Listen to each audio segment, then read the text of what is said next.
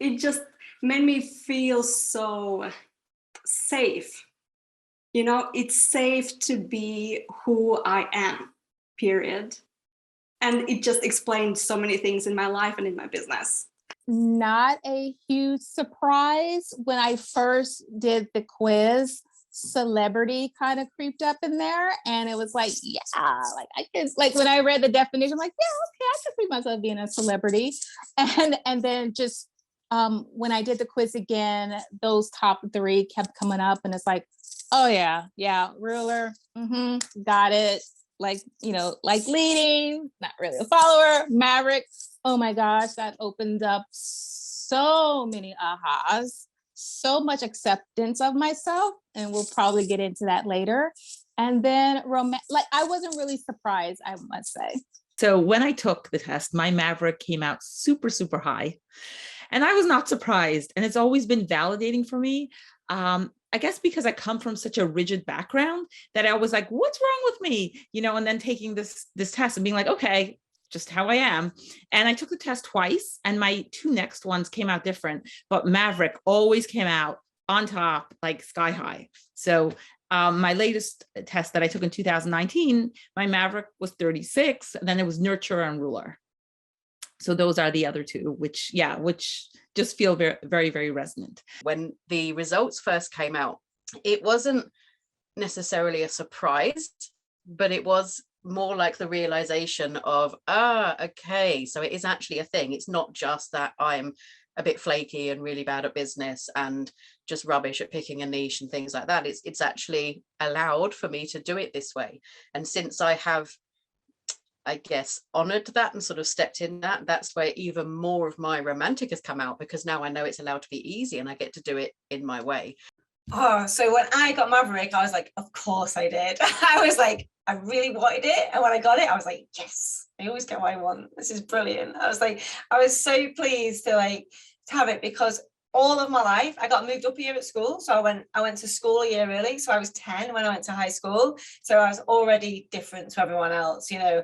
And then I got the older boyfriend, I dropped out of school, but then I managed to just come back and get all my exams. You know, I've always done things differently to everyone else, and it's made, over the years, I'd say it's probably caused me quite a lot of hardship in a way. I wasn't particularly popular at school, got bullied, you know, and then I had a mental health breakdown, and then I was in a hospital. So it was almost like I was always doing things that other people weren't doing, weren't conforming. And I just think when I found entrepreneurship, I was like, oh, this is it. Like, I can create things out of nothing. Like, it's like magical. I was like, I couldn't believe it. The first time I trained as a holistic therapist first, and the first time someone gave me £40 in cash and they said, thank you very much, I was like, wow, like I've created that money out of nothing. I felt like a complete magician, and I was hooked from then on in. But buying into Money Bootcamp was the scariest thing I've ever done. I did not have the funds in place. I put it on a credit card. I was shaking.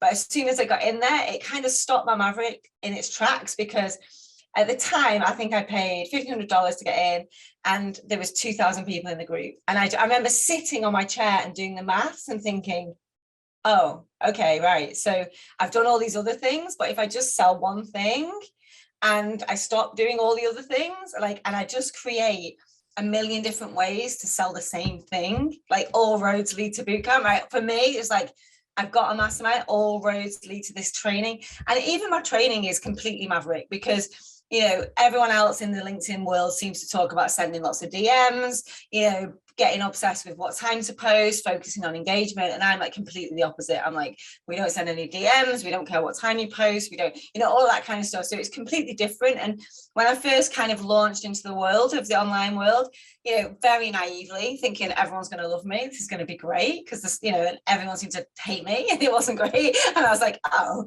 but I think, you know, a lot of people were triggered because I was teaching things that nobody else had really taught before, because it was completely against everything. So definitely that's where Maverick showed up for me. But realizing that I can create magical opportunities to sell the same thing over and over and over and over again has just been such a gift to me. But the roller coaster of the money that I think Mavericks seem to love, like I love it. Like I love it. And I almost I wish I had, like you say, more of the accumulator and the nurturer to kind of steady that ship a little bit. But, you know, when I did 7 figures in 2020, and I just remember sitting there going, where's my marching band? Like, where's my big hair? Like, what happened? Like, I thought something would happen. I was just sat on my own in January in my like office, you know.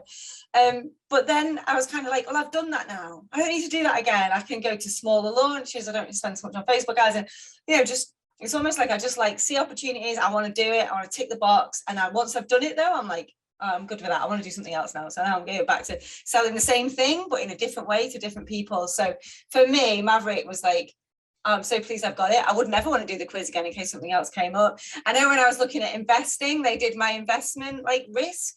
And they were like, you were the highest we've ever had, like you know, you were sort of like 90 out of 100. And I'm just like, hey, I'm going to Vegas on Thursday. And I just think that this is life's a game to play. It's like you all come in with the same amount of chips. You're going to leave with the same amount of chips. So you might as well play it full out while you're here.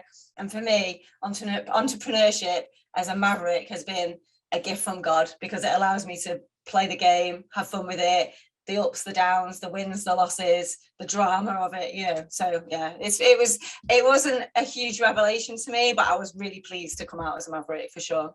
Yeah, it's so interesting because I did my quiz twice and I believe it was like a year or a year and a half apart.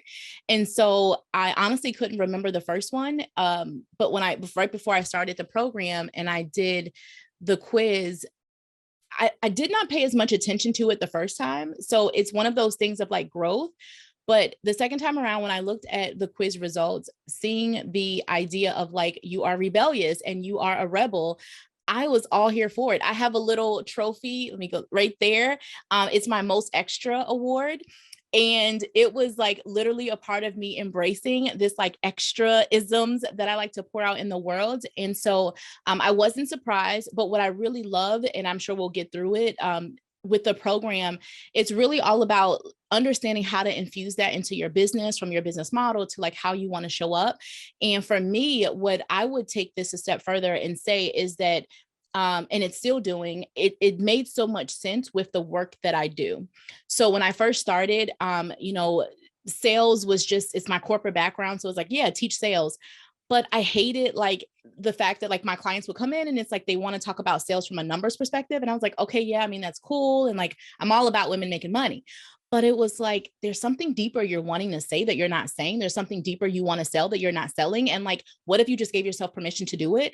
And that was when I really started to realize, like, I don't want to teach sales or be known for sales in the way that others in the industry have, but I really want to hone in on like what I call your power message and like powerhouse selling, which is just like getting into this really intimate space with like, not only your clients, but also with yourself. Like, how can you connect with your ideal client if you can't truly connect with yourself in the most aligned way? So it actually gave me this like opening into more of like, what do I really want to be known for, and being a rebel in my industry and doing things a little different and speaking about it in a different way. And sometimes you're kind of like afraid because it's like, what if they don't get it? What if it's too different? But really just being okay with it and embracing it. And like my grandmother has called me Miss Missy since I was like 3 years old. And it was really, that's what came up for me, was like me remembering like I've always been this girl who beat to her own drum. And so I think really it was like, it wasn't a surprise, but it was more of this like deeper permission of like, yeah, I've literally been this way forever. And now it's really up to me to embrace it and bring it into every part of my business. So when I only took the quiz once, because when it came up with Maverick and I was reading the description, it was this breath of fresh air. Somebody finally got me. Somebody finally understood my ability to go, you know what, I don't have the money, but I think I'm going to go ahead and invest in this thing and I'm going to make it okay. And then I do. And so when I got the whole list of archetypes, there was not a single one that I was surprised at with where it fell. But it was this great level of permission and understanding that, yeah, I totally jump and then look later. Hope that the water's there, hope that the net shows up. And it always does seem to. And, you know, it's interesting that everybody's calling themselves a rebel, because my Maverick does not manifest that way. It's very specific in the money where I'm really good at saying, you know, I really need this thing. I really don't have the money, but this is my next step. I'm going to go do it and I'm going to figure the rest of it out.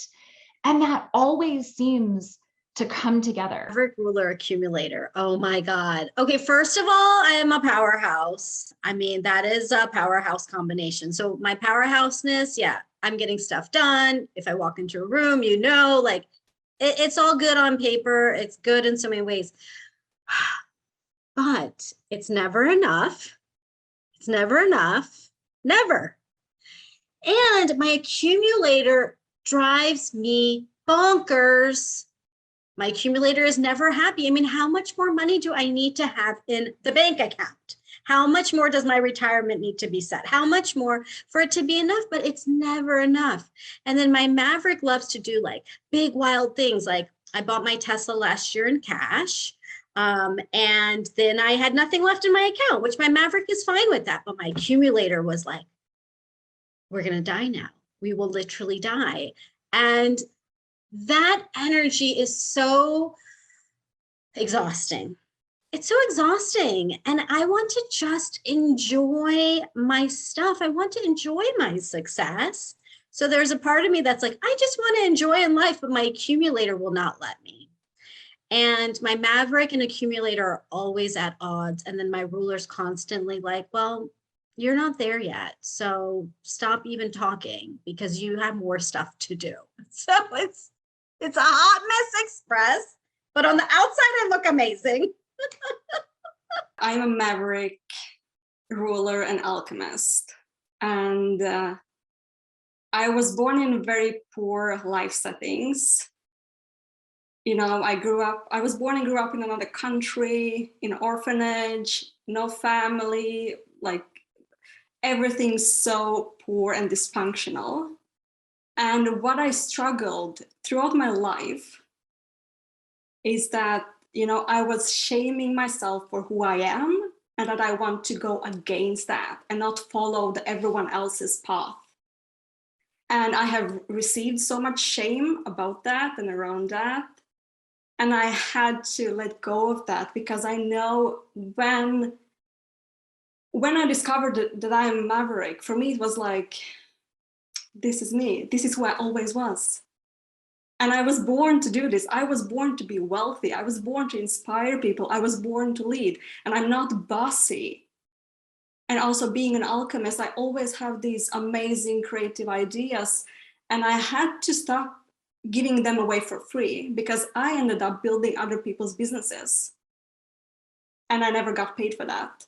So my solution to that is basically remind myself every single day that I am the person I always wanted to be and stand in that power and shine as much as I can, because that's when I attract so much money and so many opportunities. Definitely, especially when I have a big win, I feel like I have to relax and my business can kind of take a dive as far as what I should continue to keep doing, because it's like, yeah, I had this huge win. Now I'm going to binge on Netflix for like a week.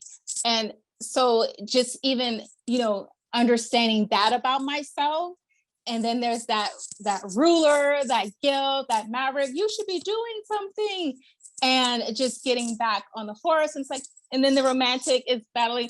No, it's certainly okay just to relax and chill. So there is that, like the good angel, the bad angel, which none of them are good and bad, but it's just the ruler and the Maverick against the romantic, that you should be doing something. And I just want to relax and chill. So one of the things that I've done is like create non-negotiables, like my evenings are free, my weekends are free, and I may not stick to it 100%. If I can get something out of the way in a couple of hours on one weekend, I may do that. But just having that standard for myself, like my evenings are free and my weekends are free for my family, for myself, just to chill, guilt-free. That's how I try to balance everything. About. And one of the things for me was trusting myself that a lot of money could come in and it could come in easily. again, because of my upbringing and messages I was taught around women being able to earn money, I didn't believe it. But if I look at large sums of money that have come in since 2018, since I joined bootcamp, it's been incredible. Like last year when I totaled up my, how much money I had made, even though I was unemployed for half of the time, because of COVID, it was like double my it was double of what I had ever earned. So like over $300,000. And this year as well, I'm looking at the money, and I made this deal that just like fell into my lap of, I'm not even a real estate broker, but somehow I'm making money by selling somebody's business. And there's like this $100,000 money waiting for me, which is amazing for me to be able to just relax into that, because somehow I still have that fear. Like I'll never have enough money. I won't be able to make money, but the facts show otherwise. So, I can definitely relate to that. I think for me, one of my biggest sabotages is jumping from one thing to the next. Like, oh, that looks interesting. Oh my gosh, I could really figure that out. And then once I start actually working on it and getting into the nitty gritty and understanding it, I'm like, oh, whatever, this is boring. Like, let me do something else. So I would say like that is my biggest sabotage. Like what I've done for that is to make sure that I have steady money coming in, so that I know at least, there's steady money coming in, I can pay all the bills, we're fine. But then with the things that I'm passionate about, I do a lot of that jumping around. Totally relate to the shiny object syndrome. When I'm in it, it doesn't feel like shiny object. It feels really important, right? That felt really, really good and really important. But like next week, it doesn't really feel that way. So that's really, I would say my main sabotage. I just, what's coming up as you all have been sharing too, the overcompensating. And then also I would totally be burned at the stake in another lifetime for sure. One of the things I know that I really overcompensated for is I'm a brown girl in the US, and I grew up in a very white town. And growing up, I always wanted to make it. I wanted to have a seat at the table. I'm a ruler too, so I'm ambitious. And I would say all the way probably until my mid 30s, that's what I wanted. I wanted to make it. I wanted to prove myself so that I could be seen as just as powerful as all the other white men that kind of get there so easily. And I had this shift within myself where I was like, actually, like I've reached kind of the on paper success, but it wasn't fulfilling. And what I really shifted into, and this is where I see my true Maverick coming forth, is that my shift is that I just live in delight. And for a woman to live in delight and a woman of color to live in pure delight is a revolution.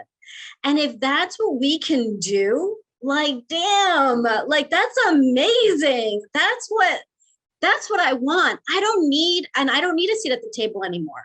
And then I thought, I'm just going to create my own table. And I'm like, forget it. Why are we going to sit at a table? Like, let's go enjoy ourselves and like, go like jump out of a plane or enjoy a nice spa. And, now I actually do these VIP days with clients. But my point is that my Maverick being able to just enjoy truly, like that's fulfilling. And if women could just do that, I mean, like that would really make me happy, instead of our have to slog away and do this or the patriarchy and all the other things. I'm like, let's enjoy. I mean, that's just not even allowed, it seems, across many places. My business, my life feels like I'm jumping out of an airplane, and as I'm falling, I'm like, oh wait, maybe I should have been paying attention when they were telling me how to pull the safety pull so I can land safely. Like, it's just so many things are just jumping. I'll figure it out. And I'm always chasing that shiny new object syndrome, the next thing. Like one of my big sabotages, and I was thinking about it, and it's like, wow, like everything I have ever tried to monetize in my business, I have made money.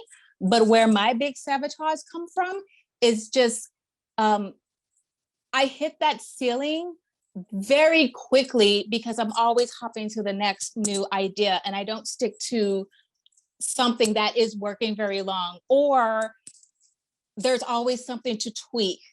And for whatever reason, I could make money in a funnel, and it's like, you know what? I don't like it like that. Let's tear it down, start over from scratch because I don't know, just something's not good enough about it. And so that has come up in my business and my life a lot. Just it's always the next thing. Like I'm never really focused on one thing. I get bored very, very quickly. And my husband's an accumulator, and my business besties an accumulator. And it's funny because I'm on a call with an accumulator now. And a lot of times they do want to say like, wait, let's pause. Let's research.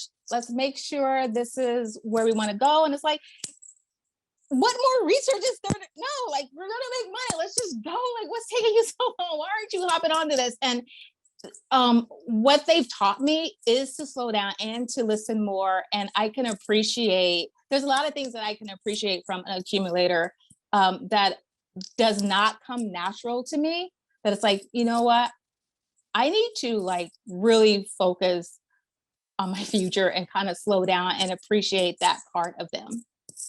When my business was new, I definitely took on anything that related to, oh, you want to write a book? Cool, I'll ghostwrite for you. I'm a lousy book length ghostwriter. Oh, you need blog posts? Sure, I'll do that too. Oh, you need copy. I was a bang up copywriter. And so I settled in on just doing the book coaching. But where I sabotage my business, where that Maverick comes in, is that need to take the risk. And it's always around the finances. I look at some of the accumulators in SMA and I'm going, but your money it's just sitting there. Like and you don't spend it. It just sits there. So that Maverick really comes out with, I have worked really hard to not spend every single penny that comes across my bank account and just get rid of it as quickly as possible. I know that I'm like, this will just cause accumulators to just have heart attacks. I don't think that debt is bad. I am very comfortable with my credit cards. If I need something and I'm like, cool, how can I juggle this? How can I invest in my business? How can I invest in myself? How can I get training or join this program?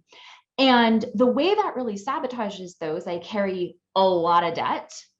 I'm constantly living on that edge of the feast or famine. And those have been the things that I'm working on. But how do you work on it so you're more comfortable without losing that delicious live on the edge, take the risk, roll the dice, be excited? And it's really interesting, the fine line between the strength of the Maverick archetype and the sabotages of the Maverick archetype. But yeah, I'm, the Maverick in a group of Mavericks. I have not burnt down my business in the last 10 years. For me, number one, aha was like, I just need to go into deeper alignment. There's actually not so much that's wrong. It's just that I need to realign it. So that was one. An area that I sabotaged myself in definitely was regarding like funnels and webinars. For me, because I'm such an intimate person, I felt like funnels weren't intimate. I felt like they didn't create connection. I felt like, everyone had the same webinar type of thing and everyone does the ad and everyone's doing it the same way. And I just didn't vibe with that. And I was like, oh my God, I am such a rebel that I want to say F you to the funnels. And like, I want my people to like feel me and all that. But that totally was a sabotage, because when you talk about creating simplicity, which I'll definitely talk about in a second, like changes I made to my business model. But in general, when I think about simplicity, I had to really do work around like seeing the beauty in funnels and like seeing what they could create, like how I could leverage, repurposing my content, creating more automation, like making a balance. Like there's some live stuff I can do because I know that like, I will have like amazing conversion rates. Like when people experience my energy, whether it's in person or whether it's like on a challenge or masterclass.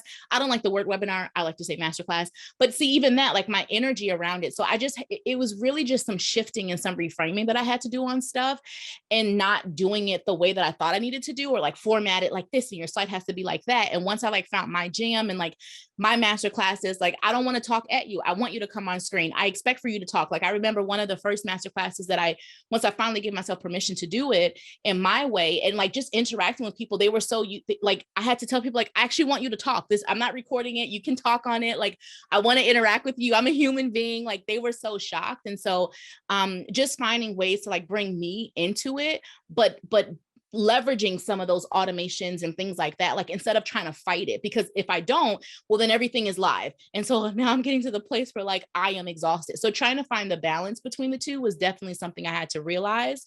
The other thing that I will say is definitely team.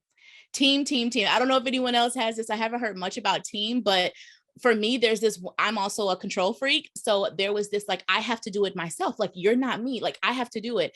But then also this, like, who are you to tell me what to do? Even though you're my team, like, one of the my content manager that I recently was working with for like 8 months, that journey was definitely like a lot of growth for me, because I had to learn, like, her giving ideas and suggestions, and it's very empowering for her, but it also was difficult for me to be in a space of like someone else trying to tell me what to do, or like me wanting to do my thing and like trying to resist it. And it was like, why are you resisting it? You literally are paying her to like give you this stuff. Like, why are you resisting this? So that is definitely something I am still working on, to be quite honest. Someone talked about decluttering. I think it was Gemma. And I think we all seem to be talking about that. For me, I had to introduce to myself this concept of the power of the core. And so for me, I had like 15 different offers before SMA. And I had gotten rid of some of them a couple like before, but in essence, before 2019, I had like 15 different offers, and it was stressing. It was stressful. It's like, I don't like launching, but like, yet I was in a launch model. Like, I always had to launch and do all these things. That was exhausting to me. And so for me, 2019, as I stepped into 2020, my plan was like, I want to create more focus.